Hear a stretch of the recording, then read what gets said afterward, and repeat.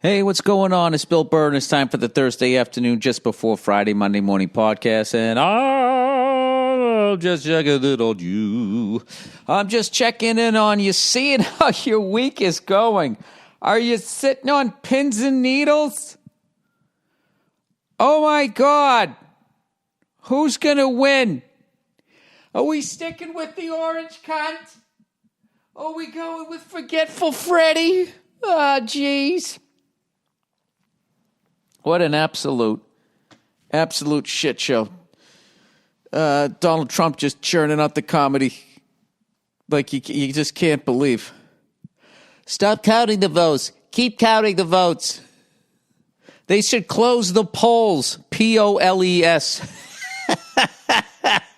He might be an idiot, but he's our idiot.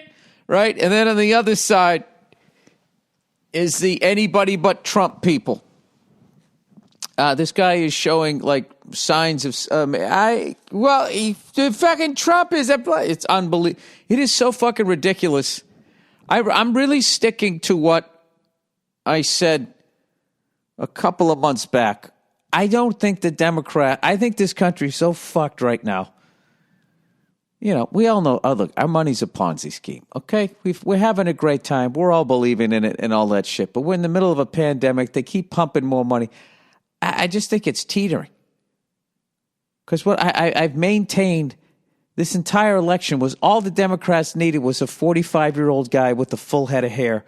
And they had it, who could complete a fucking sentence. Instead, they find a guy even older than fucking Trump. And now we got a photo finish here. Everybody knows if you want to beat the old guy, you wheel in something fucking pretty to look at. The Democrats wouldn't do it. Oh, he's got a facelift. I think he only looks like he's 79. I would never guess he's pushing 90. Whatever the fuck. I don't know anything about politics. I'm going to stay out of it. But I will say this. This is my prediction. Being a fan of sports, a sports fan, I say that whoever they declare victory. And then there'll be like this big, next few days they're going to say so-and-so won, right? Whoever loses is going to fight it. I think Biden will fight it the way they're going to fight it. Trump's going to sue. That's what he does. He's that fucking guy who was near an accident and all of a sudden he pulls out a neck brace. You know, one of those guys. My prediction is that whoever they declare won it initially, they're going to stick with that. They'll be, after further review, the play stands, touchdown for so-and-so, right? And people are going to boo and all that shit because I believe I can fly. No, I believe that that if they actually were to investigate the entire election right now, the amount of shit that they would be digging up on both sides, it would be so fucking ugly. You'd get exposed that it's just like, let's just let sleeping dogs lie. This isn't going to be good for anybody. And then my favorite thing is all the urban myths that are coming out. They found a dumpster full of votes. Is that somebody at the post office who just doesn't want to do their job? Because, how do you know who voted for who on the inside? And then people are going, well, Biden said vote absentee, and Trump said don't vote absentee. So it's just like, oh, my God. Unbelievable, I can't believe that something that's so fucking dishonest and corrupt could be this dishonest and corrupt. I mean, that's basically the only thing you're left to say. So, but here's the thing. If they say Biden won, right?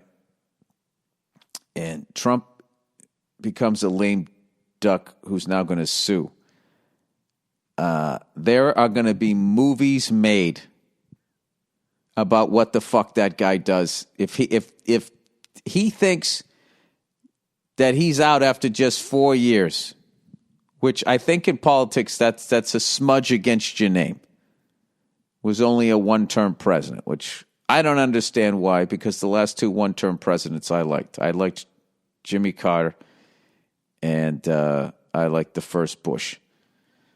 I don't know. I guess it's a big fucking, it's a shit show. I heard, dude, you know what I heard? There was a guy and he fucking blah, blah, like this. I remember way back on 9/11, all of that shit happened. You know, I was in New York City on 9/11, right? And I remember there was a rumor going around town that either a firefighter or a person in the building rode the building down and survived. And I actually started to repeat it until I really just thought of the physics of that you could somehow go from the 80th floor down to the first floor in all of 7 seconds, how the human body could survive. And then I just started going like, that didn't happen. It's like, don't you think they would be interviewing that person? They would interview that person for the rest of time. Anytime any of this bullshit. I heard there's a dumpster full of fucking paper-eating geese. They just sent it to the fucking... shut up. Is that what you heard? My favorite one, though, did you see that fucking guy, the fat guy there? It said something like barbecue, booze, and freedom. And there was some sort of press conference, and he comes up. It's the funniest shit ever because, you know, he thinks he's going to be stopped, and nobody stops him. So he's just like, stop the Biden crime family from stealing the election. Stop the Biden crime family from stealing the election. The media's covering it up. Stop the Biden family. He just kept saying it. And, you know, this guy came over to make sure he didn't do anything to the person who was supposed to be speaking into the microphone, but nobody stopped him. And then he didn't know what to do. And you know what it reminded me of? Do you know, like when you go to, I was joking with my buddies about this. You know when you go to a concert and at the end of the concert, you know that feeling when you don't know if it's over or not? Like, are they coming back out for an encore? The light's going to, a lot of people are leaving. Is this stupid to be still standing here? Yeah. It was sort of that. But the guy is like, the fucking passion the guy has in his shirt. I just love that his tank top shirt it's like, I just love that he's not wearing it ironically. You know, he believes in all of that shit. And you can't get fucking mad at that. There's a Zen simplicity to that, right? Whereas out here in fucking douchey LA, somebody would be wearing that, you know, to make fun of a guy like that, right? Without putting himself out there. That's what bugs me about those people that wear shit ironically. Oh, I don't mean any of this. Well, what do you mean? Nothing. I hide behind these things. I know you guys are sick of these fucking stories, but I fucked up my shoulder again. I went too fast. And this time, it's the guy. I'm just done. I'm done. I'm going to go find one of these fucking quack doctors out here that, you know, they send your blood to Germany and then they spin it, you know what I mean, as they play like a Hitler speech or something like that. And then you come fucking back and, you know, they put the blood back in you and all of a sudden you got like fucking shoulders like Lee Majors. You're the bionic man. I'm just doing that. I don't have the fucking knowledge to rehab these things. And God knows when you go on the fucking internet, you can't find anything.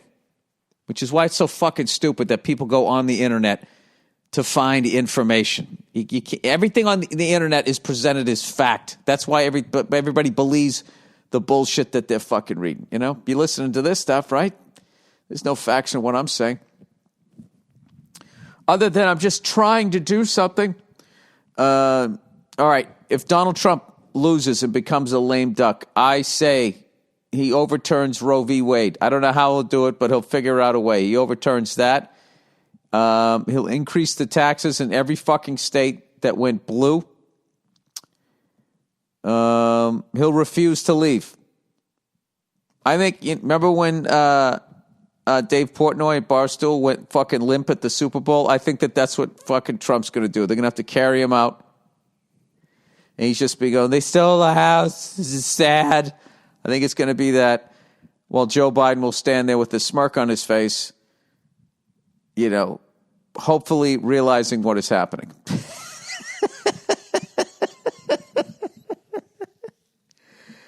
Oh, my God.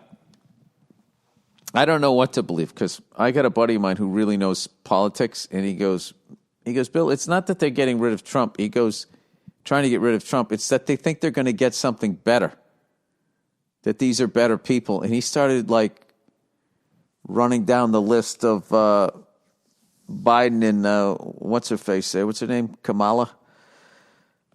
How the fuck do I know her name? It's unbelievable. Like how big the presidency is. Someone who doesn't pay attention. I actually know. Well, I know Mike Pence, but he's sort of being there. He's sort of a series regular, reoccurring character, isn't it? All right, hang on a second. Joe Biden, Kamala Harris. There we go. So my buddy's going like, dude, Joe Biden was the guy who was behind that thing. If a black guy like got caught with half a joint, he went to jail for the rest of his life. And Kamala refused to let prisoners out to the point she had to get sued because she didn't want to lose the labor. I'm like, that's true. And he's telling me, yeah, it's fucking who these people are. It's like, Jesus Christ. And I think we need a youth movement in this country. I really believe that it's always like old people running for presidents because they're protecting old money. And if you've been a diabolical son of a bitch, the older you are, the longer you've done it. If you haven't gone to jail, if you're on the legal side of stealing, the white side, you can really accrue this amazing fortune. But, you need to try and protect it. So I think that they just get these old guys in there, and then they just play like songs from their generation when they sell them on it. Like way back in the day, they probably just, when they talked to Nixon and fucking Lyndon Johnson, they would play yada da da da da ba doo ba dee ba dee ba da ba boo. They play a little fucking Benny Goodman in the background, and they would just sell them on. If you do this and do that and do this, and then someday, you'll get a fucking mansion on Martha's Vineyard at the end of this, which is what every politician, I believe, in the Democrat and the Republican Party are going for.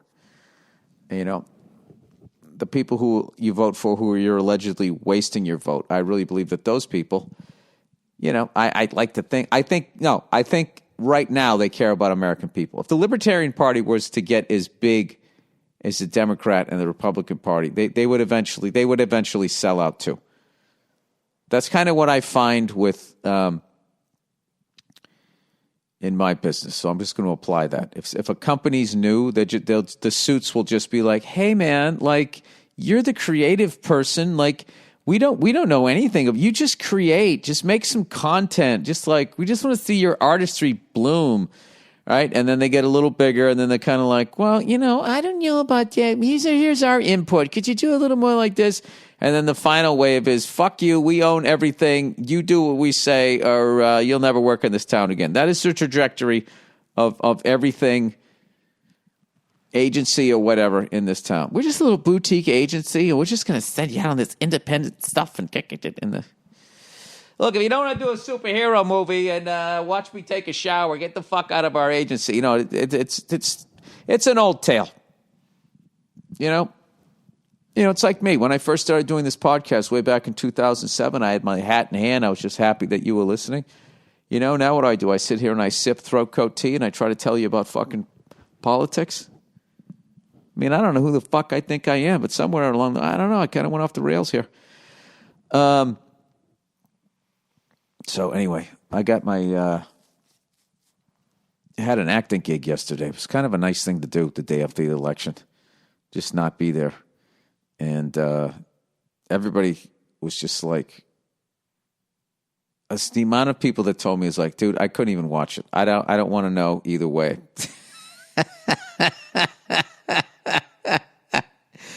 I had a joke in 2016. I was saying Hillary versus Trump is like fucking 2 a.m. at the bar. You got to find someone to go home with. This is another one of those. Back to back. Where the fuck? Where's the young cool guy? There was always the young cool guy. The JFK guy would come along. The Gary Hart, fucking Bill Clinton and Al Gore would show up with their fucking... Their jean jackets on to show how young and hip they are, right? They were in their fucking mid-40s.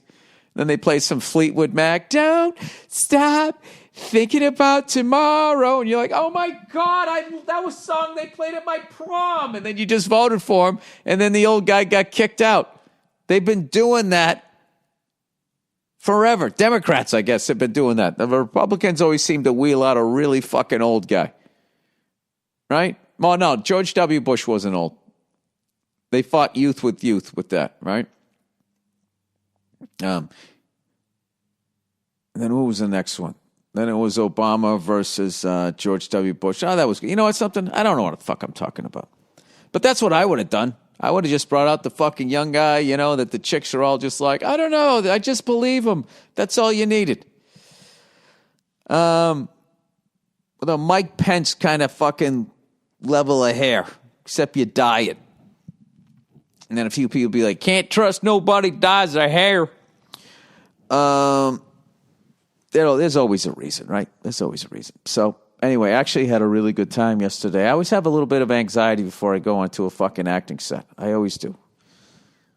I always think like, oh, God, I'm going to fuck this up. This is going to take all day. I'm going to make them be behind. And then they're going to be like, well, he's doing good enough job.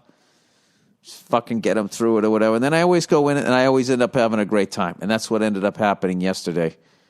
And I don't know. I'm on a nice little run here. I don't do a lot of acting work, but when I do it, I have a good time. So I want to thank everybody that let me work yesterday during a pandemic. And I only have one big job left this year, and I'm done. I got to write an episode of F is for Family. That's what I'm doing over the next couple of weeks, which is always fun. We almost have the 5th season all written, if you can believe it. The 5th and final season. Poo-hoo. Really sad about that. But you know what? It's going to open up a new door. I'll walk through that door and look at the wonderment of what's in there and then wonder where my money went. That's why I love stand-up. That's why I love, thank God for stand-up and podcasting. You know? Everything else, I just look at it like, yeah, they're going to take this away. This is going to go away. This is all just a mirage. All right, let me do a little bit of some reads here. You know what fucking sucks, man? I taped like 4 football games.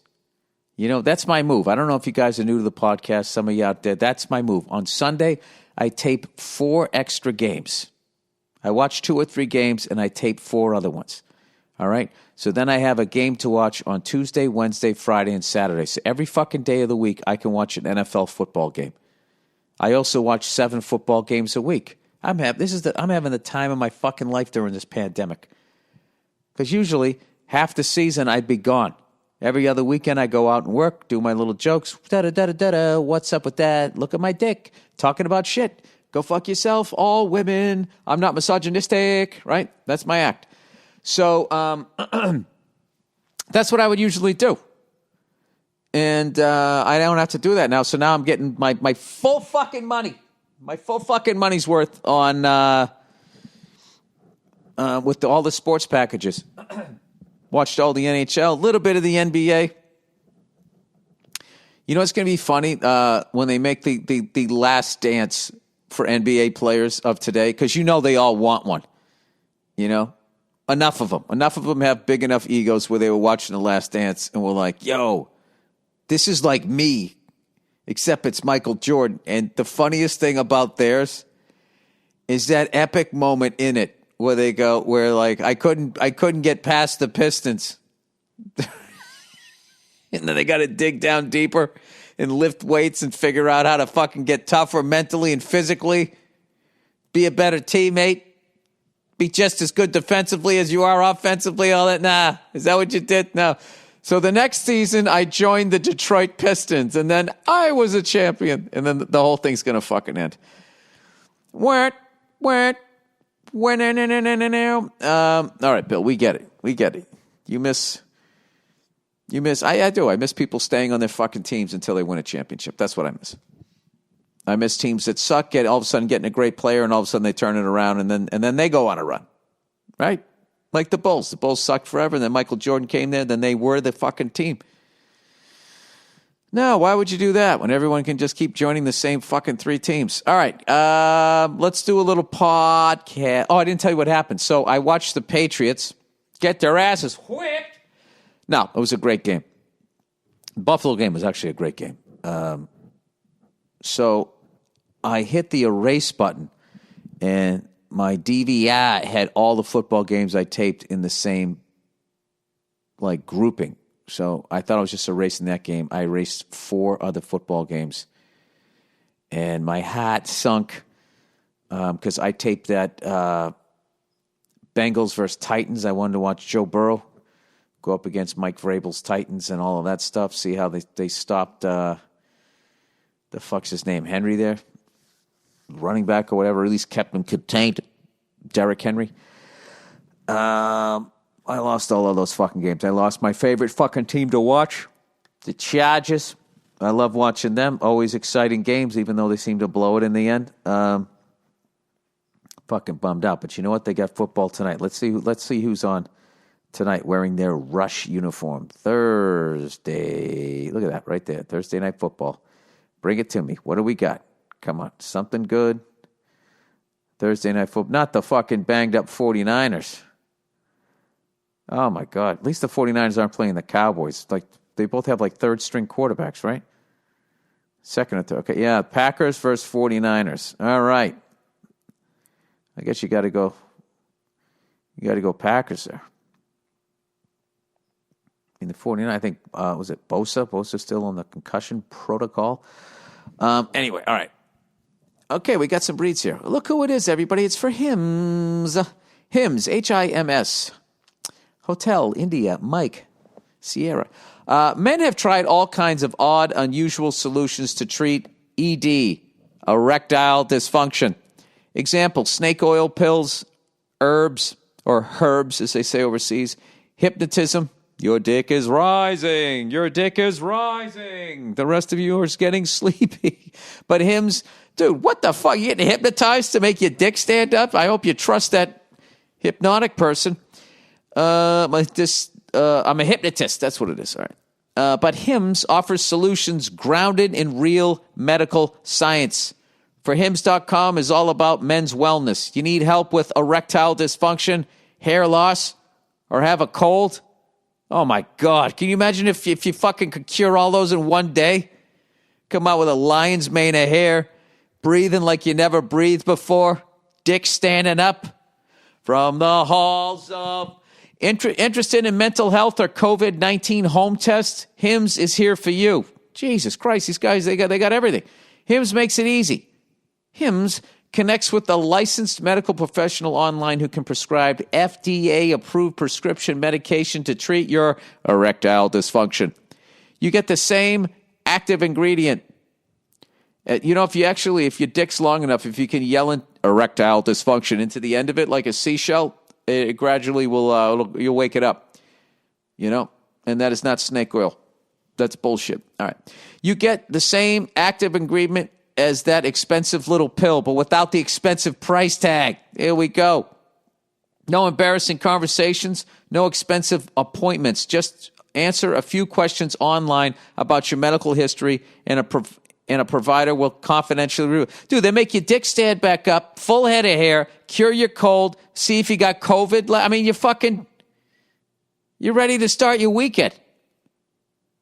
You can confidently answer all. My dick's working. I don't have COVID. I think tonight I'll pot it down the middle. No embarrassing conversations. I'm sorry, sir. What did you say? I said my dick doesn't work. What? I can't hear you. I said my dick doesn't work. No expensive appointments. Just answer a few questions online about your medical history, and a provider will confidently review. If approved, your medication is shipped directly to your door in discreet packaging, and shipping is free. No more searching online for answers to questions about erectile dysfunction or sexual wellness. Just go to it reminds me of his Marvin Gaye's Sexual Healing. He came up with that. He was talking about all the perverted stuff he was doing and how empty and dark he felt afterwards. And his friend just like, man, you need like a sexual healing. And he was like, that is the name of a song. I am not going to therapy. I'm going to write a fucking hit song and have some more groupie sex. Just go to For Him's account and ask a medical professional you can trust. Why live with erectile dysfunction? when the solution can be so simple. Try Hims today by starting out with a free online visit. Go to forhims.com/bird, Burred. Get it? Burr, erectile dysfunction. Bravo, uniform, Romeo, erectile dysfunction. Bird. For your free visit. That's forhims.com/bird, forhims.com/bird. Prescription products are subject to medical provider approval and require an online consultation with a medical provider who will determine if a prescription is appropriate. See website for full details and safety information. Remember, that's forhims.com/bird. Stop the Biden mafia. They're stealing the election. We want our freedom. Fight camp. All right. The first rule about fight camp is you talk about fight camp on the podcast. Do you get bored with your workouts? If you're looking for something that keeps you engaged, motivated, and challenged, you got to check out Fight Camp.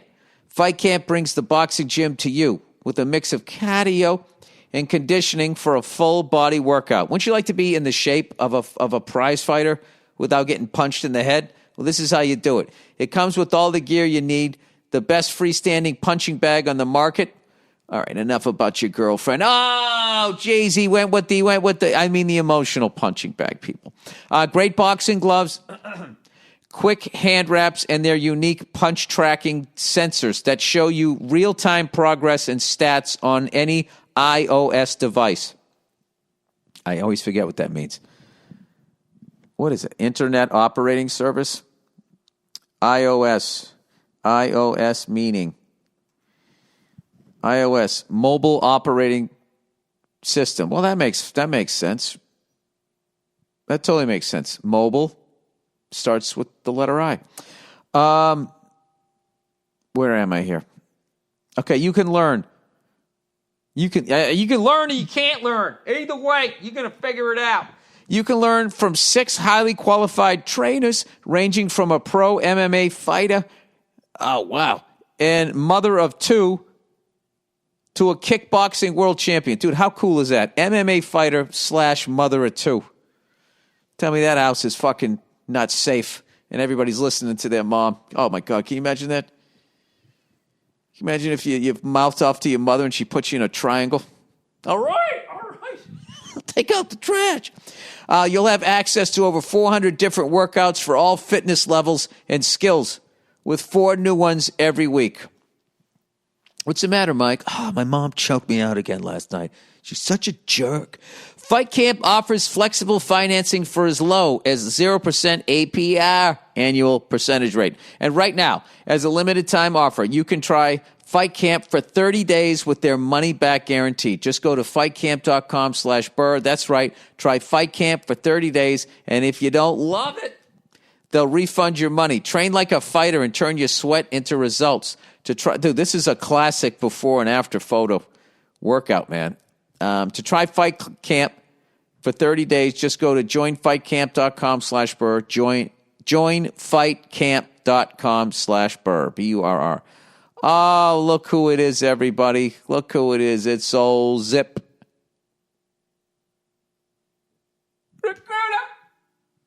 Stop counting the votes.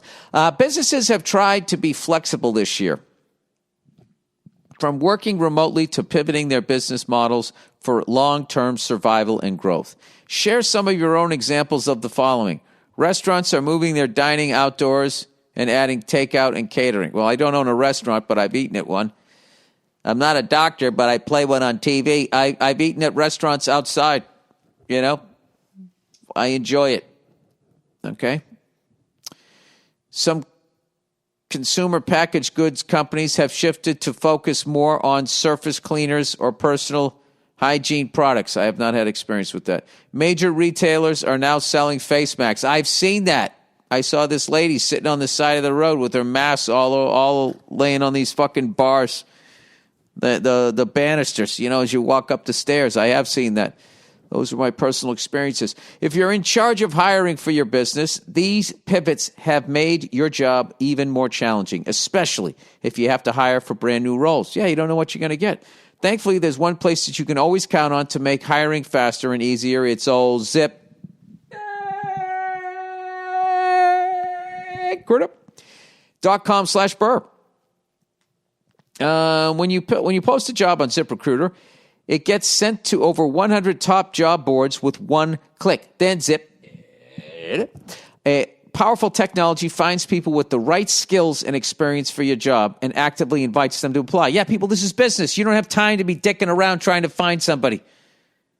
You just hit one click, boom, it's out there, and then your qualified candidate shows up wrapped up in a bow. It's no wonder that 4 out of 5 who post on ZipRecruiter get a quality candidate within the first day. They can't even count the fucking votes in one day. See for yourself right now, and you can try Zip for free at ZipRecruiter.com/Burr. That's ZipRecruiter.com/Burr. Spell out Burr, B-U-R-R. Let ZipRecruiter take hiring off your plate so you can focus on growing your business. Go to ZipRecruiter.com/Burr. ZipRecruiter, the smartest way to hire. All right. And we're back. Spread your way back. Boo-doo-doo-doo-doo. You know what song I've had in my head for like the last fucking, I don't know how many days, like 10 days? That Bad Company song. And I don't even know the words. I just go, walking down the winding road, something, something, something, and then something else, fucking something else. Ready for Love. I got to get, I at least have to know the fucking words. I'm going to be singing this. Ready for Love lyrics. India R.E. Oh my God, how old am I? It's Bad Company. Somebody else came along and had the nerve to have the name the same song. All right. Oh, it is. Walking down this rocky road, wondering where my life is fucking leading. That's not what they say. Rolling on the bitter end. Oh. Ooh, I want you to stay. Ready for love. Sorry. That's a little bit out of my register. Anything that involves singing is a little out of my register. All right, everybody. That is the podcast. I want to hear your predictions. Get them in early. Who do you think's going to win and why?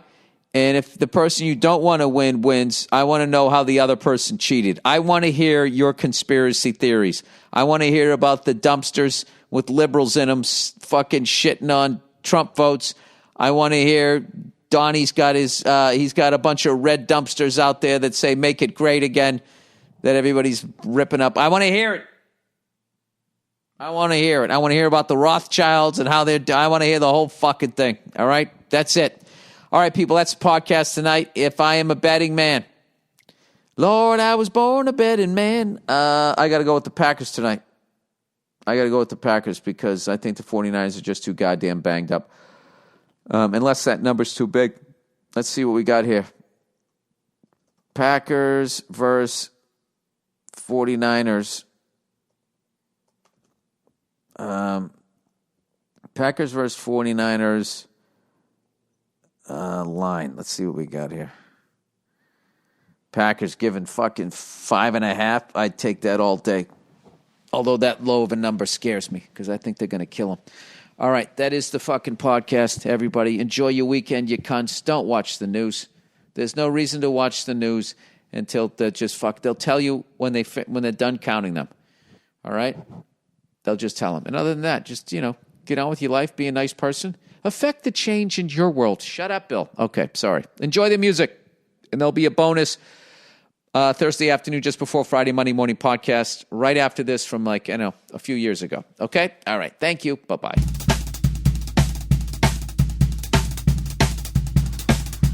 Hey, what's going on? It's Bill Burr, and it's the Monday Morning Podcast for Monday, November 5th, 2012. How's it going? How are you? As you can tell, this is once again one of these ones I'm doing from the road. I don't have a mixer. I was supposed to buy a really small one, but then I went to, I don't know. I bought this giant one. I guess it was going to sound better than my other one. I don't fucking know. But all I know is it's too big to take on the road, and then I was going to buy a small one, but I'm here in New Orleans, and I don't know. I don't know where to fucking buy one in New Orleans.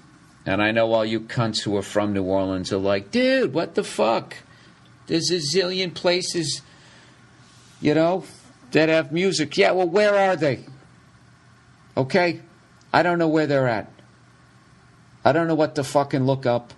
And I got to be honest with you. Like, New Orleans it's a great city, but it's one of the shadiest. I put it up there in like my top maybe 4 or 5 shady cities that I go to. And if you'd like the list in no particular order, it would be San Jose is shady, downtown Cincinnati past 5 o'clock. All these cities past 5 o'clock is shady. Cincinnati, Detroit all day. Detroit all day. Cleveland. Is that 5? Is that 4 to add to fucking New Orleans? This is the one thing I will say. As fucked up as San Jose, Cincinnati, Cleveland, and Detroit are, just as far as being like, I don't feel safe past 5 p.m.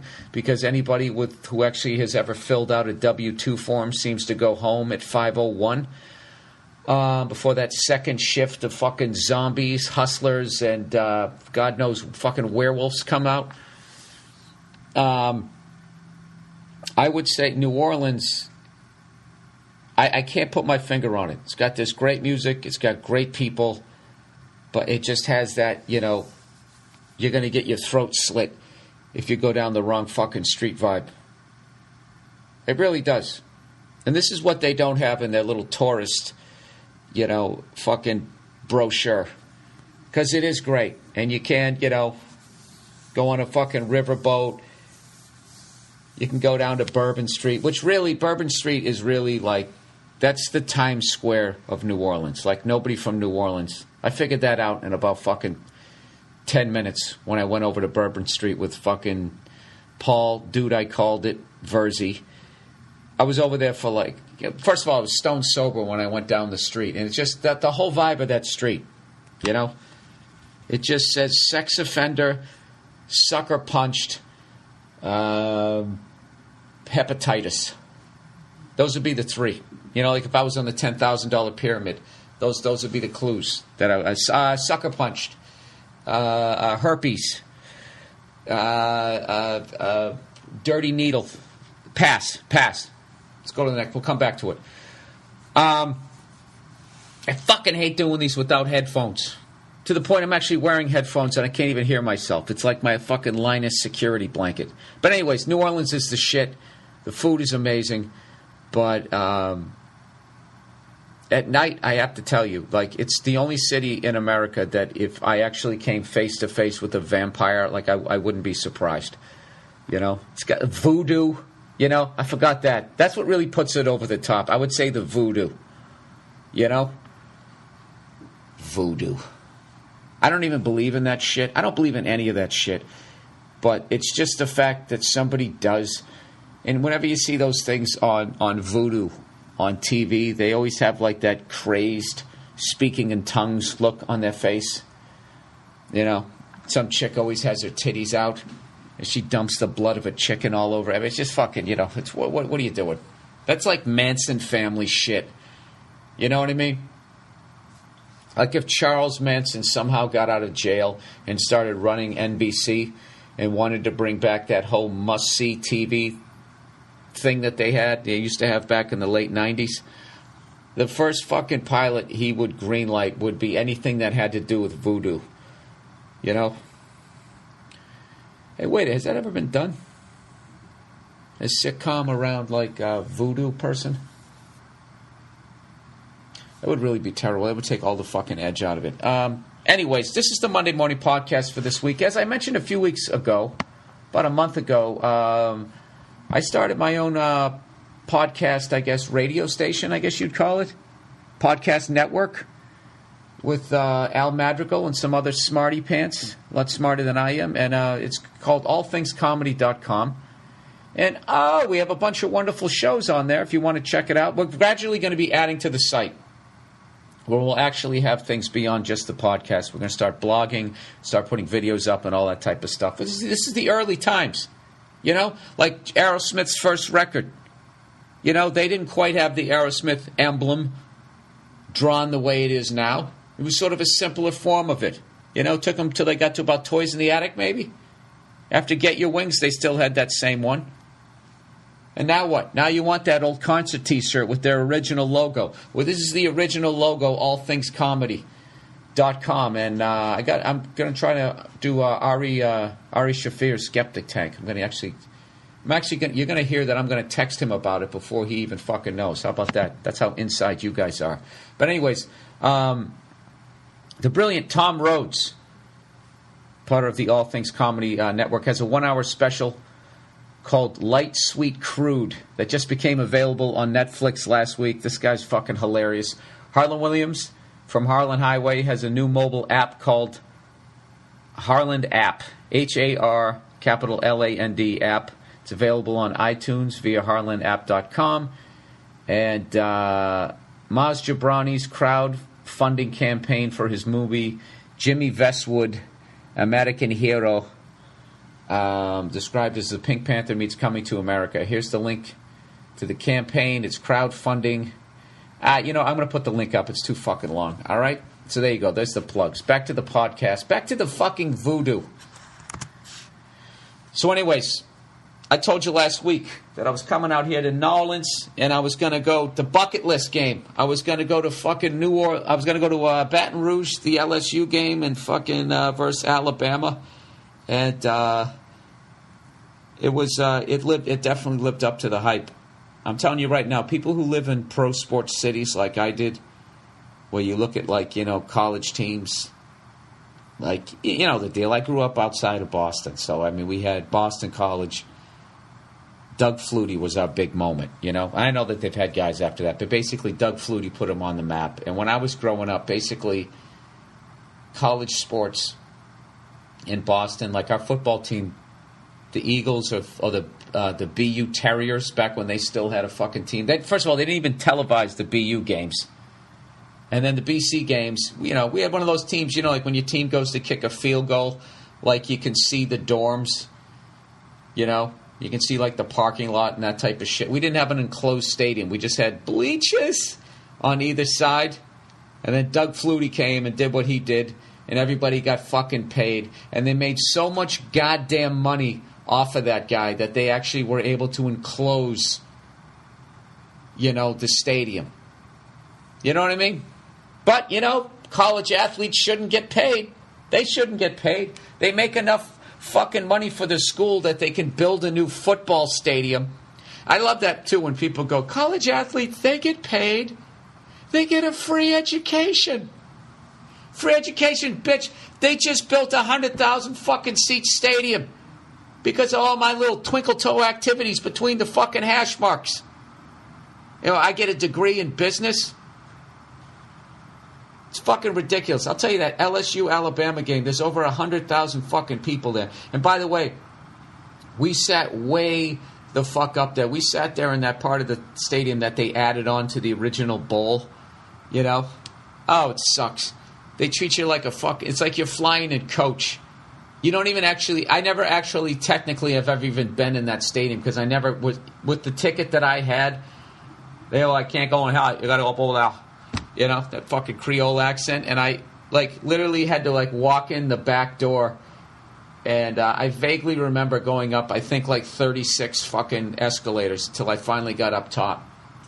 And it was still the shit, though. The one thing you can't say when you're up there is if you can't fucking read a defense or figure out what the fuck they're doing from up there, you can see the whole field. It's phenomenal. But I got to be honest, I really learned how much I love LSU by how fucking devastated I was when they lost. Verzi was beside himself. He's like, dude, I didn't realize, I knew you were a fan, but you were dude, I was more pissed off than the fucking people, the LSU fans. I got to tell you something. LSU fans and Alabama fans, and there might be some fans around the SEC, I'm sure, are going to roll their fucking eyes at this, but as far as their fan behavior at the one game that I've been to, they were phenomenal. Absolute gentlemen. I didn't hear barely any cursing. They were mixed in together. The section where I'm up, up in the fucking bullpen up there, they were all mixed in together, and I was amazed at the behavior. Like when it looked like LSU was going to win the game and some bunch of Alabama fans started leaving, like, which I don't know why the fuck you ever would. You know, people gave him some shit. You know, thanks for coming. Have a nice long ride back to fucking Tuscaloosa. You know, they'd say shit like that. I mean, that's about as deep as it got. And it's fucking hilarious because I'm staying here at this casino where there's a bunch of Eagle fans waiting to go to the Saints game tonight, which me and Verzi are going to. And you see the behavior of Eagle fans in a fucking casino. It's 100 times worse than LSU Alabama fans sitting next to each other. Yesterday we were sitting there, we were watching Sunday football, and all of a sudden you just hear coming from the casino, because everybody's wearing their jerseys. You know, all the dealers are wearing like Saints jerseys and shit, and all the Eagles fans are walking around with their jerseys on. And I just hear from fucking the other side of the casino, I just hear, asshole, asshole, asshole. And I'm thinking, like, that sounds like the shit they do at the Philly games when they point at somebody with a different jersey, right? And then I just hear, E-A-G-L-E-S, Eagles. Like obnoxious as fucking hell in the casino. So me and Verzi are sitting in like this fucking, I don't know how to explain it. It looks like a dance club that you'd go into when you're playing like Grand Theft Auto. That's what it looked like. There was this big center thing that had these crazy like neon lights that would gradually change, like the background, and like Bill Cosby himself, how the background would just gradually change color. Except on his special he had like 4 colors. This was only 2 colors. It would go from red, and then it would just morph into gold, and then back to red. It looked like a giant fucking glow stick. But there was like these go-go dancer stages, which obviously nobody was there. It was just these fucking fat football fans. By the way, football fans are the most out-of-shape fucking creeps you've ever seen in your life. This bunch of fatties sitting there like walruses sunning themselves, you know, before they get bit in the neck by a polar bear, right? So we're sitting there, and we're along this bench, right? And it's me, Verzi, and then this black dude was sitting there for a second, who sort of had like this African, sort of had a voodoo vibe. He had like this fucking old school, like, you know, like Run DMC, when LL Cool J, when they had the big gold chains. He had a big chain like that, but it was plastic. And it was made out of yellow, just yellow plastic. Like a Fisher-Price, my first MC chain he was wearing. And he was wearing that as like a fucking 40-year-old guy, or he looked 40. The guy looked like he had a rough life.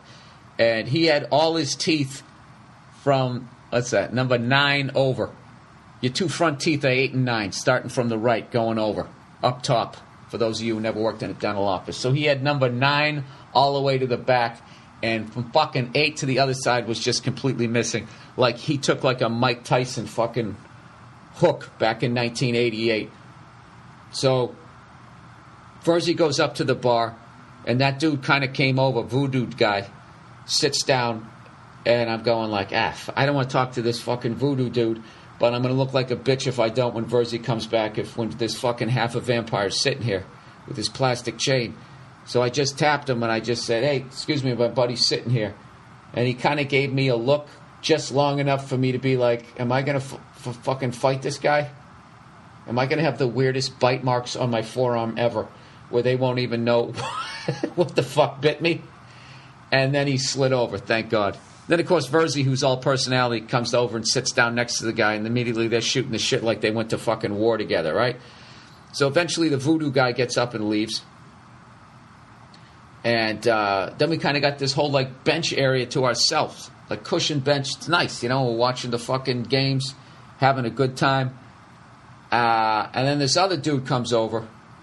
Another black dude. Don't worry. Eventually I'll be making fun of a white dude, so this doesn't seem like it's just fucking me being freaked out by black people.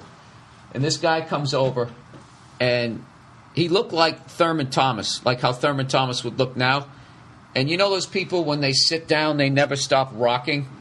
He was doing that. He was just sitting there fucking rocking, just back and forth, kind of doing this OCD thing with his fingers, and then like muttering to himself, right? And he was sitting like, we're on this giant bench of cushions. So he's like, there's one empty cushion between Verzi and this guy. And Verzi's so locked into the game, he's watching the Giants Steelers, that he doesn't see this fucking dude, like, rocking back and forth. And I'm laughing my ass off. So finally, because I keep seeing people wanting to sit down in that seat, and then they see this dude, fucking Thurman Thomas, the old Thurman, fucking rocking back and forth. I'm going to steal the Giants. I'm doing this fucking Rain Man shit, and I'm laughing my ass off. And I thought Verzi saw him. So right as Verzi's taking a swig of his drink, I said, "Hey, Verzi, you see that guy there?" And he looks over at him, and he almost does a spit take. I go, he's the human equivalent of, you know those things at the airport that are always spinning to keep the fucking birds off the runway so they don't fly into the engine? He's literally the human equivalent of that, preventing anyone from sitting in that seat. And right as I get done saying that, this fucking Eagles fan comes over with the T-shirt on, astronaut haircut, and just fucking like movie drunk, right? Overacting drunk, stumbling over and fucking just sits down like on fucking one ass cheek, totally leaning his head.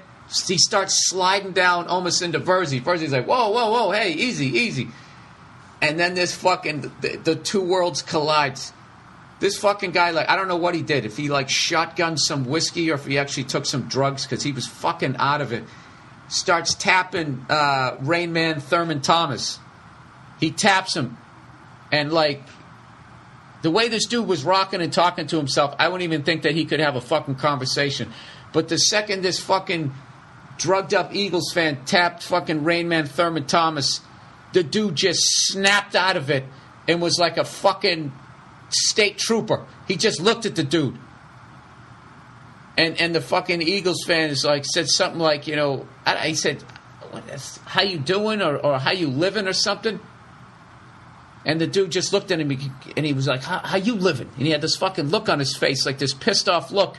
And the kid tried to high five him. And the guy, all of a sudden, he just looked like he had like that special needs strength and was literally just going to fucking punch this kid's lower jaw off. Fortunately, that didn't happen. And Rain Man Thurman Thomas slid over one more chair. So now we got this fucking guy. And he keeps passing out, falling on into Verzi. And then he try and high-five us. And we finally ended up having to get security. We felt like assholes, but it was just like he was going to puke. You could just tell he was going to puke on somebody. So the security came over. Eventually got rid of him. So then Verzi, because he's Mr. Personality, has to talk to fucking, you know, Thurman, fucking Dustin Hoffman, right? And he goes, he said something about the guy.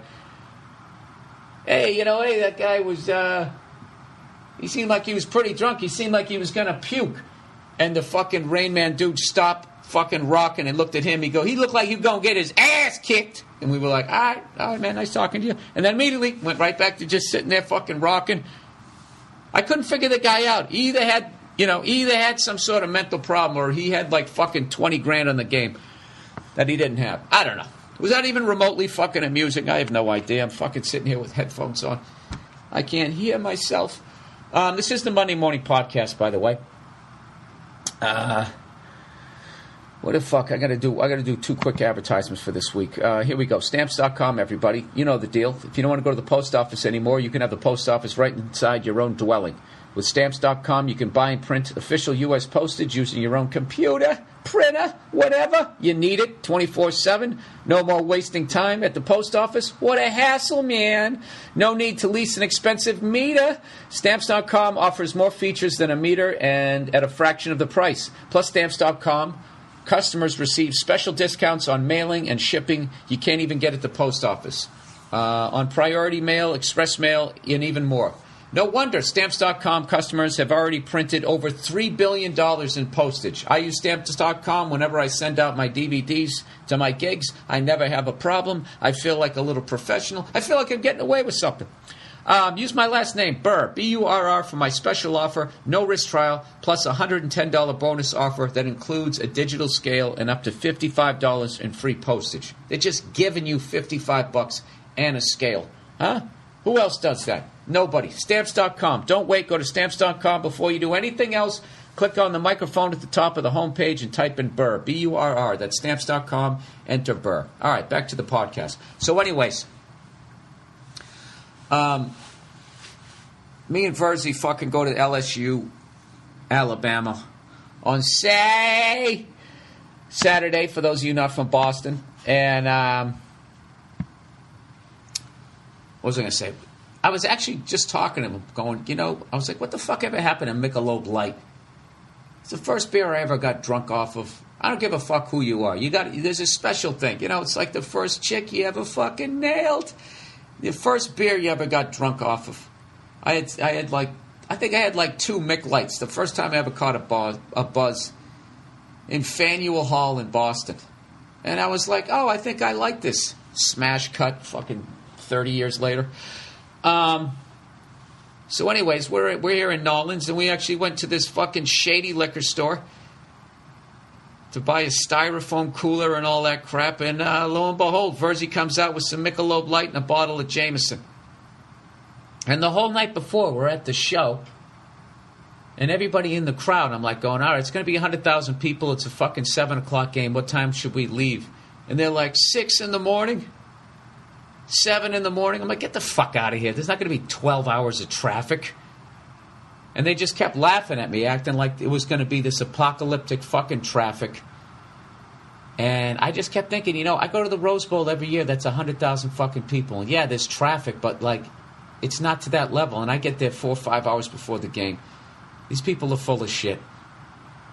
And there's no way that with the way I drink, which I believe is called binge drinking, there's no way I'm going to be able to get there 12 hours before the game. I'll pass out 3 times before the game even starts, and by then I'm not going to give a shit.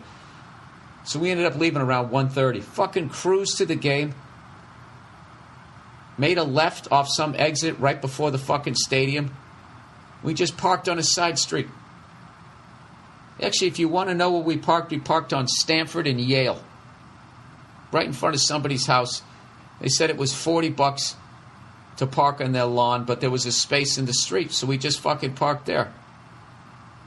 So then all of a sudden we realized we were like almost a mile away from the stadium and that we were going to have to carry this styrofoam cooler with ice and all these beers in it. Him holding one side, me holding the other, and then us trading off this bottle of fucking Jameson. It was going to be fucking ridiculous.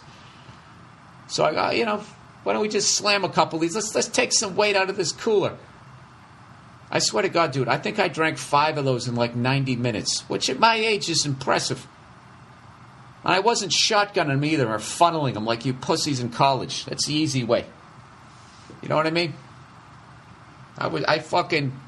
That's ripping off the Band-Aid. I did the work. So I sucked these things down. Then, of course, I got to piss like a racehorse. So I'm drunk enough that my personality comes out and I don't come off like a cunt like I did when I was talking to fucking Thurman Thomas there. I went up and I just knocked on the lady's door. I said, listen, I know I didn't pay to park. I parked in your front yard. Is there any way I can use your bathroom? And she was like, absolutely. And I went in there. And when I came out, I gave her $5. I go, what did I say? What the fuck did I say? Not the home security fund. The hospitality fund. She laughed. She took the $5, right? And then she comes walking out later, knowing that we're slamming beers out there. And she came out and she asked for our empties. That's what kind of economy we're living in here. That I give somebody $5, they let me take a piss in their house, and then they come out and they collect my empties. That's how bad it is. By the way, if you live in New York City or you live in Los Angeles and you can't deal with how fucking liberal it is there, you should come down to fucking Baton Rouge and go to an SEC football game. You would be in heaven. What they were saying out there, they were saying, LSU fans, a couple of them, they were going, no Bama, no Bama. Then they would trash them for saying roll tide. What would they say? They would say, around the bowl and down the hole, roll tide, roll. And they would literally mime them going down the toilet in case you didn't get what the fuck they were saying. By the way, I've always liked Alabama too. And I know it's going to freak out LSU fans. I'm not from here, so, I just like teams that are good. So I actually like teams in the SEC that don't like each other. But LSU is my fucking squad. And believe me, I fucking realized that when they lost. And, you know what it was, too? I didn't like the way the Alabama fans dressed. It reminded me of TCU, come on, Frogs! Where they do that shit where they all dress like these fucking junior banker date rapists. They go to a football game, right? They wear Dockers, boat shoes, and then they have like a fucking polo shirt that they tuck in. I swear to God. It's like, are you serious right now? You're from Alabama.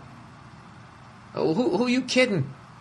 I could see if you took off your Alabama shit and you went to someplace else and you tried to pull it off, but eventually people are going to know you're from Alabama. And don't even fuck with me. I've been to Alabama, the civilized parts. Okay? I didn't go down to Macon or Mobile or all that fucking shit where they're down there. I mean, I don't even think they know Martin Luther King's dead yet. They're probably still having fucking meetings. That's fucked up. But they probably are. We got to get him. Why do you think they took over the NBA? He's got to be somewhere. He's like Elvis, man. He ain't dead yet. You know? And as fucked up as that is, I swear to God. Anyways. It just, you know, and there was this one fucking dude behind us. All right? He had little 7th grade boy arms. And he fucking, you should have seen him, all right? He's got his little fucking Dockers on and his stupid fucking shoes. He has his gut. The funny thing was, this kid was probably only about 15 pounds overweight, but you could tell that he wasn't stopping. And I was saying to Verzi, I go, look at that dude. I go, just tell me that guy doesn't scream massive heart attack in about 20 years. And Verdi's laughing. I go, look at his shoes. Those are heart attack shoes. He had like these fucking they were like boat shoes, but they had like those tassels on them. I'm going to tell you right now, if you're a white guy and you wear shoes with tassels, there's no fucking way you're not going to have you have a 98% chance of having a heart attack the second you put those shoes on. And if you don't have socks on, it's 100%. That is the official dying at your desk, or almost dying at your desk fucking shoes. You know? Like, you know how Chuck Taylor's back in the day were the official punk rock fucking sneakers? That meant you were into punk music and you were different because you and all your friends dressed exactly the same. Those fucking things. So anyways, I'm watching the game, and the exact reason why I became an LSU fan, which was basically because of the way Les Miles, you know, the Mad Hatter, the Riverboat Gambler, whatever you want to call him, would basically, you know, I actually said before the game, we're on Bourbon Street, and everybody was going, even LSU fans were going, I think Alabama's going to get us. They're going to, a few of them were going, they're going to kill us. And I was drunk, of course. What else would I be doing? And I was like, let me tell you something right now. I'm calling this right now, Paul Verzi. There's going to be a fake kick, an onside kick, a fake field goal, and a fake punt. He's going to pull out all the tricks, and they're going to fucking win. You watch. Well, they did the fake field goal. They did the onside kick. No fake punt, but they also went for it on 4th down. And if you didn't see the highlights, none of it worked. The onside kick worked, but it didn't go 10 yards. And, oh, Jesus, they fucking blew it. I was absolutely, I couldn't believe it. I was fucking devastated. I walked out of the stadium. It was the quietest I've ever heard 100,000 people leave a stadium. And I got to give it to the Alabama fans. They weren't talking shit. They were just like, I think I was sort of the Eagles fan at the game. I was the asshole. I was just walking around fucking hammered, yelling at anybody I saw in red. I would just go, hey, Alabama, the dream ends tonight. It's going to be a long ride. I just kept saying that. Alabama. And they would look at me like with this fucking shocked look on their face. And I was like, geez, did you see that fucking guy? Because I didn't realize, like I said, I'm only judging them on one game here. I thought you guys, I can't figure Southern people out. You know what I mean? They're really nice, really polite, really friendly, yet all the other shit. Confederate flags. The South's going to rise again. The whole, slavery wasn't that bad a thing, was it? Or the Civil War wasn't about slavery. It was about representation and the fucking, they'd start doing that shit. I don't know. Can you really fault them for it, though? Isn't that kind of like the same thing as like when your team does something douchey, like films the other team that you'll never quite admit that they actually cheated? Oh, by the way, in defense of my New England Patriots, I was watching the Green Bay Packers yesterday, and I saw what's his face? Aaron Rodgers goes over to the sidelines, and he fucking goes to talk to his coach. And what does he do? He puts his hand over his mouth when he goes to talk to him. Now, why do you think that is? Why do you think that is? Because somehow the other team could read his lips from that far away? No. Because you think for some reason they actually have the NFL feed going? Or maybe, just maybe, there's a chance that they're fucking doing something on the other side. That they're filming, that they're looking through binoculars and all that fucking horse shit. I'm sorry. I'll defend the Patriots. Look, we fucking cheated. What are you going to do? Everybody's doing it. I do the same thing when I defend Lance Armstrong. So anyways, I'm telling this story all over the place. Man, this is like a Tarantino movie, right? I started in the middle, jumped to the beginning, and now I'm at the end. I don't know where I'm at. Anyways, somewhere in like the third quarter, I got these epic hiccups. And I just couldn't stop. And I had them for the rest of the fucking game, through the night, the entire drive home. They went away a couple times and they came back, like literally to the point I felt like my esophagus was going to snap in half. And then I went to sleep, came home, had a pizza. I had heartburn, so I figured, I know, I'll use some pizza dough to fucking absorb that. And I went to bed, and I actually got woken up by hiccups at 7 in the morning. And all day yesterday, I just had them on and off and on and off and on and off, to the point I finally looked up what causes hiccups. First of all, I didn't even know what they were. I just thought it was when you swallowed air into your stomach and it was trying to get out, but it couldn't. I didn't know. And everybody's telling me they're remedies and that type of shit. So basically, this is what causes... After I've told you this story of what I did... Oh, and by the way, when I went to the game, I had a burger, I had a sausage po' boy, I had M&Ms, and I had something else. And I had already drank 5 fucking Michelobs in 90 minutes, and then walked up to the stadium for a mile, walking in the sun, and I had a big gulp of Jameson on ice. And then I smoked a Cuban cigar. All in there. I don't really fucking remember the order. And in the midst of all that, I was going, Alabama! The dream ends tonight! I was a fucking mess.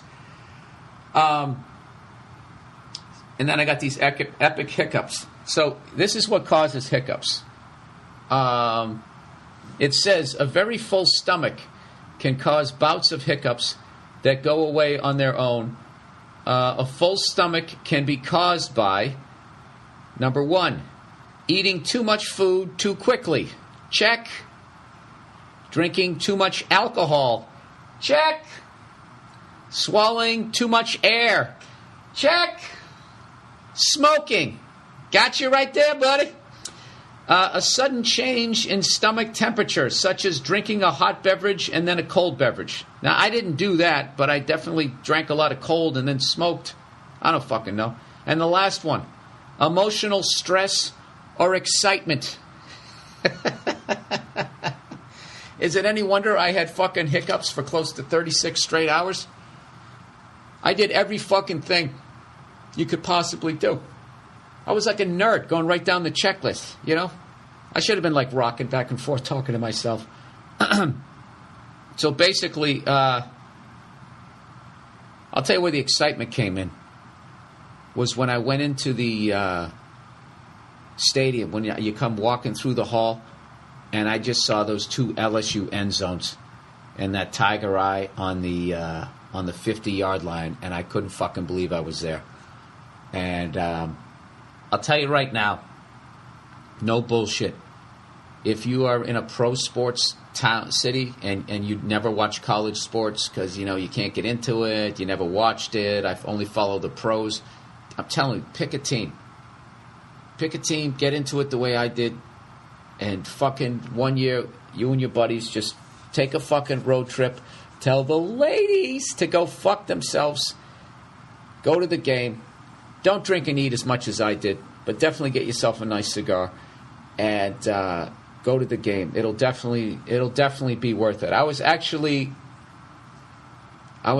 jealous that I didn't study harder in high school and didn't go to a college like that, because that's the amazing thing about those is like those games are like they're everything. It's like generations of families are together. There's like mini reunions of old drinking buddies. And then there's the existing class. It's just unreal. ESPN Game Day was there. It was fucking insane. It was worth every goddamn cent. So, I don't know. If you don't have enough shit on your bucket list, I would definitely suggest going to an SEC game. And don't go to some bullshit cupcake game in September. Go to a fucking game like that where there's like 100 years of hatred. I'm telling you, it puts Red Sox Yankees shit to shame. Go to fucking Michigan, Ohio State, LSU, Alabama, Florida, Georgia, Oklahoma, Texas. I'm telling you. All right, Bill, we got it. For fuck's sakes, we got it. By the way, Friday night when we were doing the show, Paul Verzi got one of the fucking funniest heckles, and he didn't even hear it because the guy did it so southern and like laid back. Verzi was talking about some shit, and he just basically said, the tag was, and he was just riffing, making it more southern because we were in front of that crowd. He's like, I'll blah, blah, blah, blah, blah. He goes, I don't give a shit. He goes, I'll kick some fat redneck's ass down the street or something like that. And then I just hear in the back of the crowd, some dude goes, try me. It was fun. It was the greatest. And he sounded like he wasn't even bullshitting. I just loved that he was like, I'm a fat redneck. Come on, let's do it. Fuck it. Speaking of which, one of my favorite shows is coming back.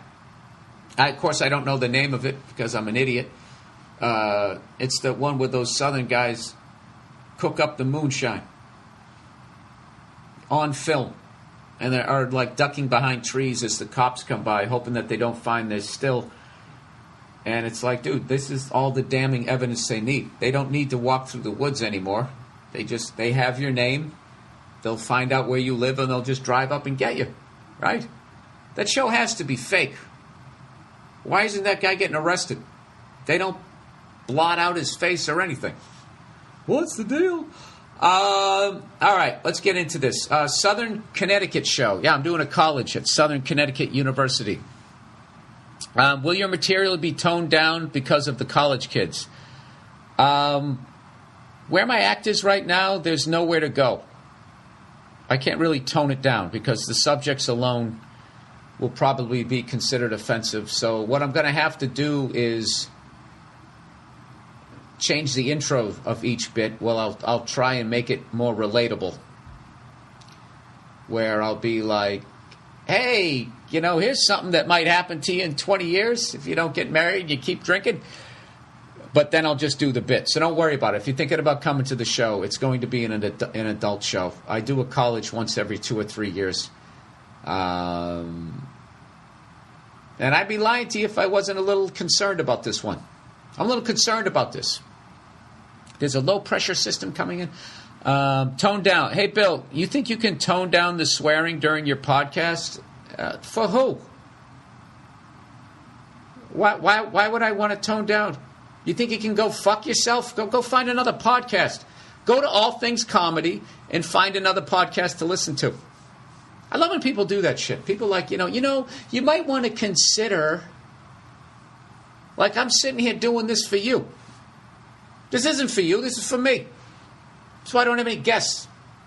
Just sitting here talking to myself. You decide to listen, you do. If you don't, I don't give a fuck. All right? This is my fucking, this is my job that I can get fired from. You know, when you just want to make a couple extra bucks, you know, get out of the house. Maybe you're not happy in your relationship. You just, you know, you don't like sitting around. I want to do something else. Get myself a weekend job. Oh my God, he works so hard. No, sweetie, he's sick of you. No, so I won't tone it down. Anyways, my weekend. Yo. So for the past 3 weeks or so, I have been smoking weed on a normal, and I must say, is what you're trying to say, life is so much more happier, because if any drama rolls through, T-H-R-O-W, rolls through, I know, just let it roll off, and life is so much chiller. I'm just going to read this how this person wrote it. And life is so much chiller, more need to do this, and stop being so damn uptight. Love your Monday morning podcast, and have a good day. Go fuck yourself. Are you saying that I need to do that? Life is so much more happer. H-A-P-P-E-R. Because if any drama rolls, throw. Look, after the way I drank this weekend, I'm going to give you shit for using any sort of substance. I actually need to shut it down. I would never advocate drinking the way that I drink. I wouldn't. All right? I got this weird thing where I'm not an alcoholic. I just fucking love doing it. I mean, I could stop. Jesus, I sound like the classic alcoholic. I can stop whenever I want to. I took a fucking year off. I was bored. But I was never sitting there like, I need it, man. I fucking need it. I just like doing it. I like getting hammered, and I like yelling at people in boat shoes. You know, sue me. But I definitely need to shut it. Once you start getting heartburn, what the fuck? I'm sitting there making fun of these people like they're going to have a heart attack. Isn't heartburn basically the on-ramp to major coronary failure? Oh, speaking of which, I'm reading this book right now, Eat to Live. And every time I say eat to live, I always think of Iron Maiden, Aces High. Every time I say eat to live, I hear Bruce Dickinson saying fly to live to fly. The 80s. Anyways, you guys should definitely check out this book. Hey, would you like me to read you an excerpt of it? I gotta read you this. Let me put this on pause right here. Actually, you know what? Maybe it'll be funnier if I just walk across the room. Just hang on a second. As I walk across the room here to try to find you. Just busy yourselves. Talk amongst yourselves as I try to find the book. The fuck is it? There it is. Okay, everybody, take your seats. Class is back in session. All right, so this this guy, right? He wrote this book, Joel Fuhrman, M.D. All right, so you know he's smart. He wrote this book, Eat to Live. So I hate going to the fucking gym. The only reason why I have to go to the gym, other than gravity pulling my fucking man tits down to the ground every goddamn day, it never quits unless you're laying down. You know, if you did a fucking headstand your whole life, if you could actually do that, would your fucking man tits eventually be in your face? What's the deal? Anyways, this guy's basically saying he used forever that they've said the problem with the vegan diet is that you can't get enough protein. You're not going to get enough protein, and that whatever, like vegetables aren't a complete protein or something like that. You got to have a protein the size of the palm of your hand, no bigger than that. Make sure it's a lean cut and yada yada yada. This guy's saying it's all bullshit. Go to the fucking zoo. The most jacked animal there is a goddamn gorilla. You can't get any more jacked than that. A fucking gorilla is like an NFL linebacker fucking times 1,000. They said if you fucking had a gorilla, if you could actually make it bench press, if you could actually make it do it, you know? I said, get over there, right? How the fuck are you going to make it do it, right? If somehow it wanted to do it, it could basically bench press 2 tons easy. All right, that's 4,000 pounds for you dummies out there. And for you people overseas, I imagine that's a bunch of fucking, whatever the fuck measurement you use, a bunch of stones. I think like a stone, because I remember looking it up one time when I was listening to AC/DC's Whole Lot of Rosie, weighing in at about 19 stone. That was about 218 pounds, I believe. Do the fucking math. All right, so that's 19 times 5. That'd be about 1,000 pounds. So that's like 100 stone. Yeah, it's about 400 stone. 350 stone? Go fuck yourself. So anyways, he's saying you go to the zoo. The gorilla's the most fucking jacked animal you're ever going to see. And they eat 80% vegetables, 20% fruit. Now granted, I realize I'm not a fucking gorilla. But I tell you, I went to the zoo and I looked a goddamn monkey in the eye. You look a chimp in the eye and I'm telling you, they're us and we're them. All right? We're just a little above or a little below, depending on how you view the environment. You know, in all our inventions. The fucking goddamn mess we've made of the planet. So anyways, this is what the guy's claiming. As far as, because my whole life I heard about the 4 food groups and you build it around a protein. This is what this guy's saying. He's basically saying, oh, I know. This is going to be fucking hilarious because I can't read. This is terrible. He's basically saying, you know, when you go to the supermarket and they say that shit that you know, they'll say like this butter is 98% fat-free. You know? Then you're like, so this butter's fucking only 2% fat, dude. 2% fat, dude. It's actually bullshit. Butter is 100% fat. What they did is how they got around it is they just, if you took like butter, which is 100% fat, and you threw it in a glass of water and then you stirred it up, and then rather than counting the caloric value of it, of the butter, which is still 100% fat, you did it by weight and you included the glass and the fucking water, that's how it becomes 2% fat. By weight, it then becomes 2% fat. But the fucking butter is still 100% fat. It's like 2% milk is really 49% fat. All right, does that make any sense? Well, it shouldn't, because I'm stupid. So let me read what this fucking guy wrote. And he's smart, because he's an MD. Using weight instead of calories in nutrient analysis tables has evolved into a ploy to hide how nutritional unsounded many foods are.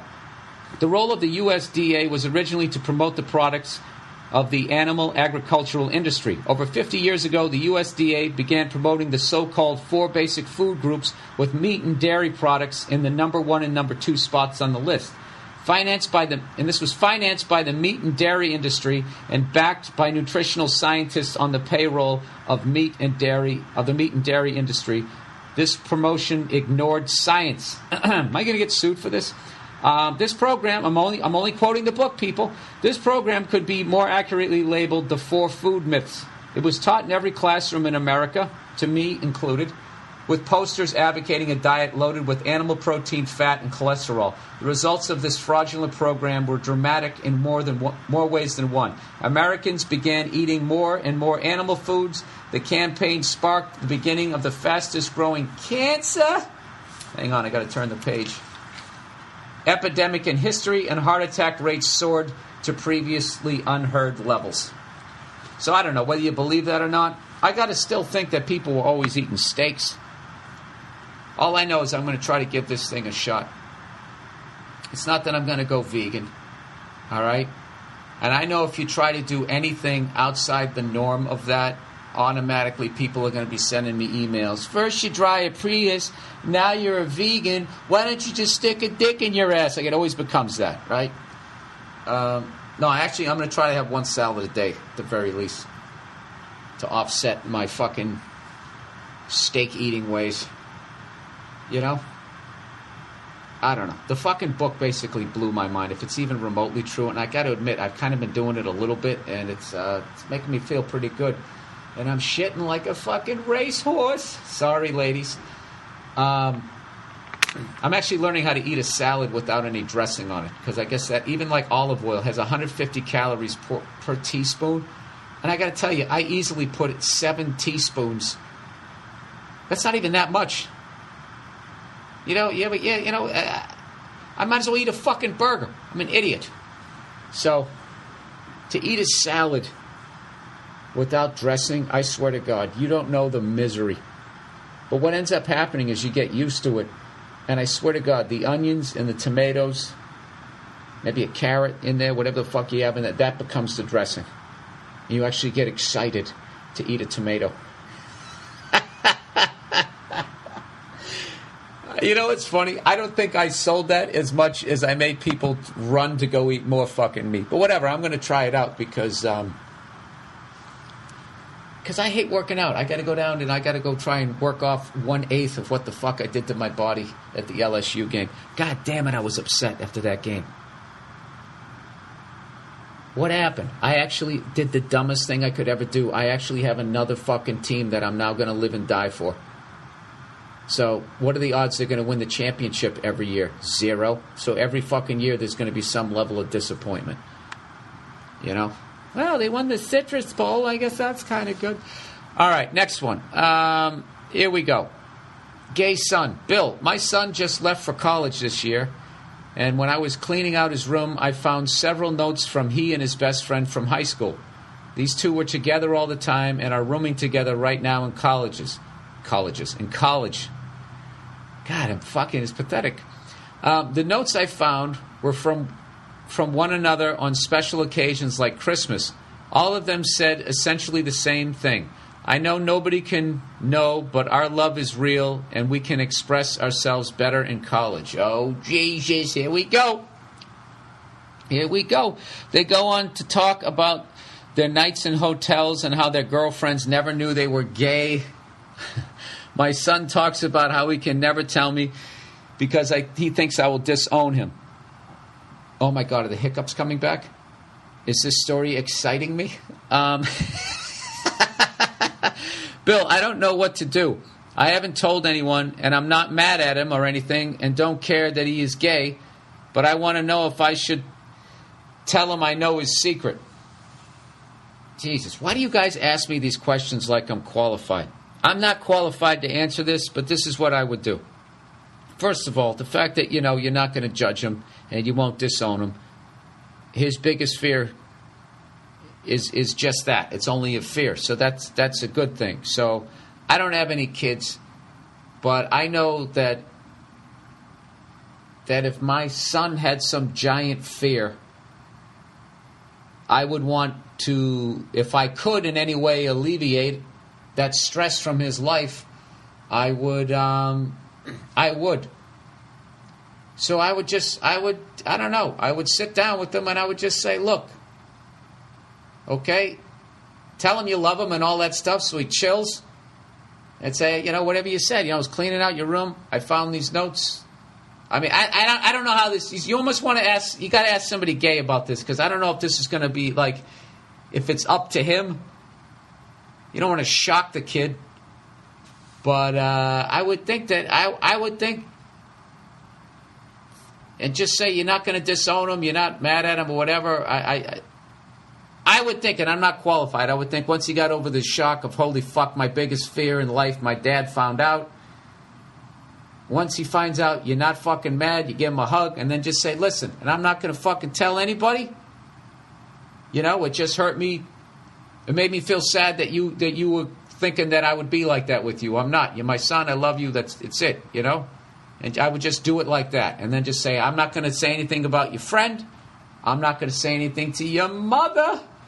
Well, that probably puts you in a situation with, I don't fucking know. I don't know how to go beyond that. But that's what I would do. All right? Once again, I don't know what the fuck I'm doing. So there you go. That's what I would do. Okay, good luck to you, sir. Okay, moving on. Book recommendation. Eat to live, live to fly. Sorry. Bill, I hope all is well with you. Well, I hope all is well with you too, sir. Or ma'am. Hermaphrodite. I just wanted to say that I enjoy listening to your podcast early in the morning while I practice guitar before work, or even better, while I'm wasting time in my cubicle. How do you practice guitar listening to this shit? Anyway, I heard you mention in the past that you're a fan of body weight exercise. Yes, I am. I'm not sure if you heard of Ross. I can't read that word. Enamate, Enamait, but he is an ex-boxer and physical trainer who lives in Massachusetts. He put a great book out called Never Gymless a few years back, and I've been using it on a daily basis to keep in shape.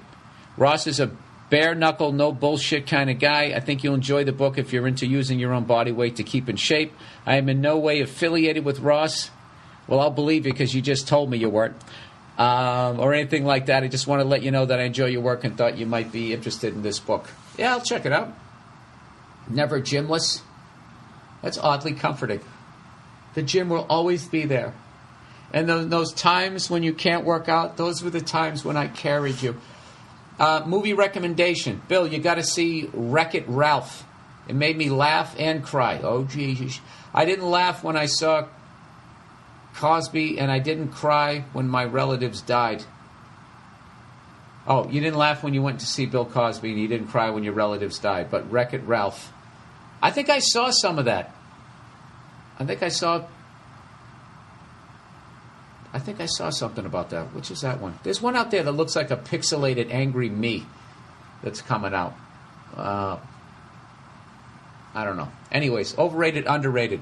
Underrated. Being from a pro sports town and flying to New Orleans and experiencing a college football game between two SEC rivals. I'm telling you.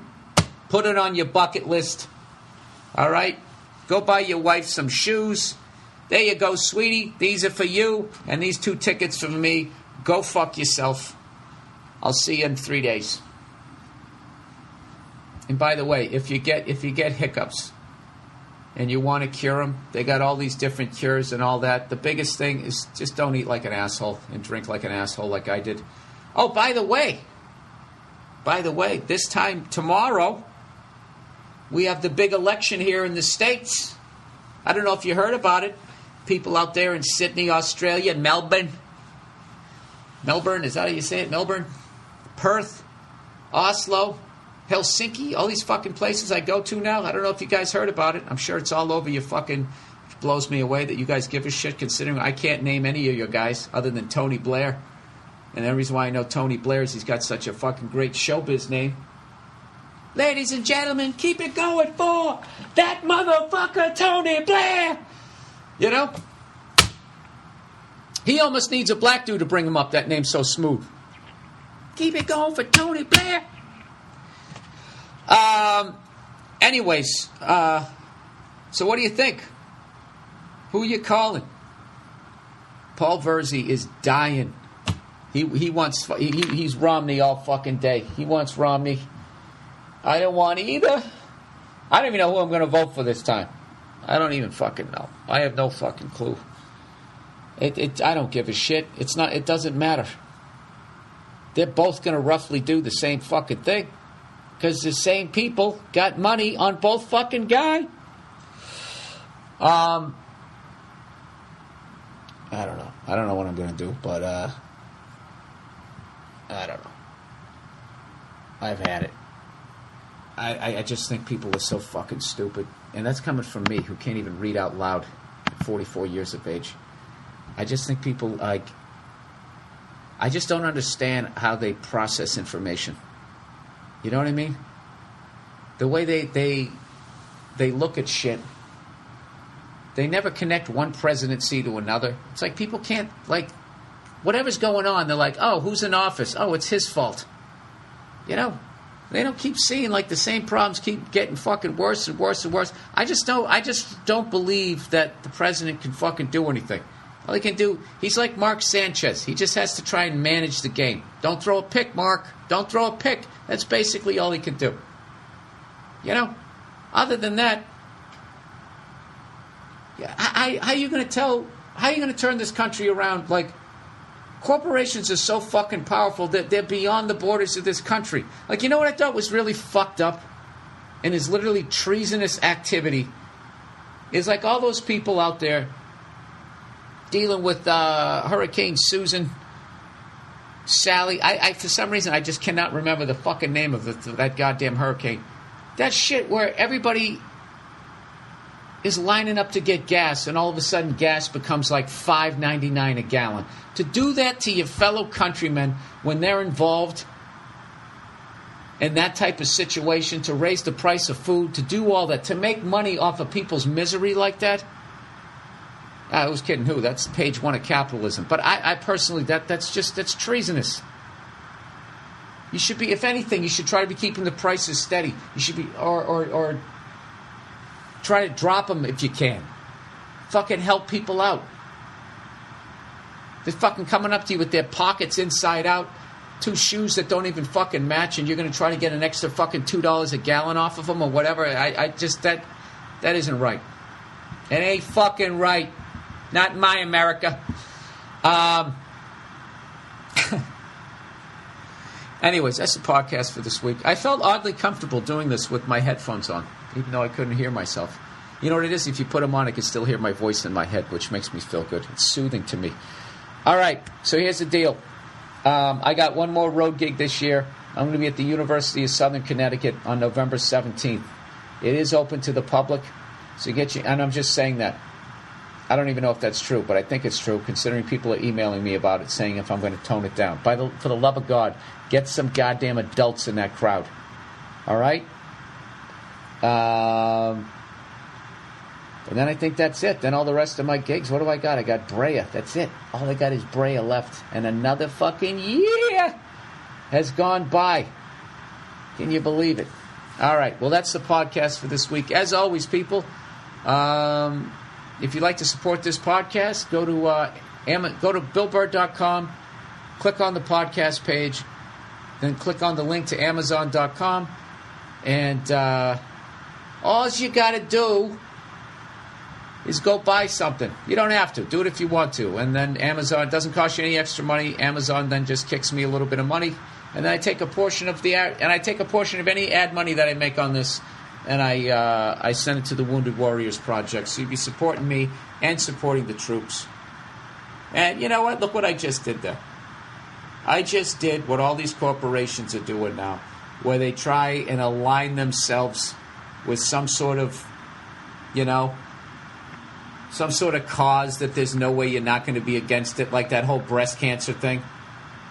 Like, you've seen the 5-Hour Energy, the little pink ones. And every time you buy a pink 5-Hour Energy liquid cocaine, we will give a portion of the proceeds to finding a cure for breast cancer. Now, the key there is a portion of the proceeds. What do you think that portion is? I heard with a certain credit card company, it was 1 penny for every charge, regardless of how big it was. So if people are doing that shit, can you really get mad that they're raising price of gas during a fucking hurricane? You know what I mean? I'll tell you who wouldn't do something like that. Ari Shaffir. Ari Shaffir wouldn't. You ever go to his merch page? You see the quality that he has on that? I've been in this business long enough to know how much having all those extra colors in your T-shirt or on the cover of your CD or DVD, how much that's going to cost you. And he says, fuck that, I have an artistic vision. Ari Shaffir would not raise gas prices. And because of that, you should go to All Things Comedy, and you should listen to his podcast, The Skeptic Tank. Septic. I'm such a fucking idiot. The Skeptic Tank. And I'm actually going to try to get on his show. That's it. So that's it, people. If you didn't believe me the first time, I said it twice. That is fucking it. That's the podcast for this week. Go fuck yourselves. Thank you to everybody who came out to the show here at Harrah's in New Orleans. This is going to be a regular stop for me on the tour, and I'm always going to be coming through during football season. Next year, I'm going to try to do LSU and go to a Hornets game while I'm out here. Check that one off the list. But tonight, Saints-Eagles, and I'm going to laugh my ass off watching these polite Southerners. Polite Southerners, who knows? You always got to wonder if one of them's in the Klan. But whatever. Outwardly polite fans dealing with these fucking Eagles fans. And what's funny is I actually think the Saints are going to win. Because every time I go to an athletic event and it's against a Philly team, even if I was for the Philly team, because I love the Flyers, Their fans are so fucking obnoxious. By the end of it, I'm rooting for them to lose. But they always end up winning. They've won every time. I went to a Bruins Flyers game with my mother, and they were sitting right behind me, 4 of them, down low, total fucking assholes. And, the hiccups are coming back. Dude, I have a sore esophagus, a fucking sore windpipe, literally like it was doing sit-ups. Can you take Burr for that? All right. How awful is your job? You're still listening to this. Go fuck yourselves. I'll talk to you next week. That's it. That is it. Let me hit stop. Okay. Fuck you.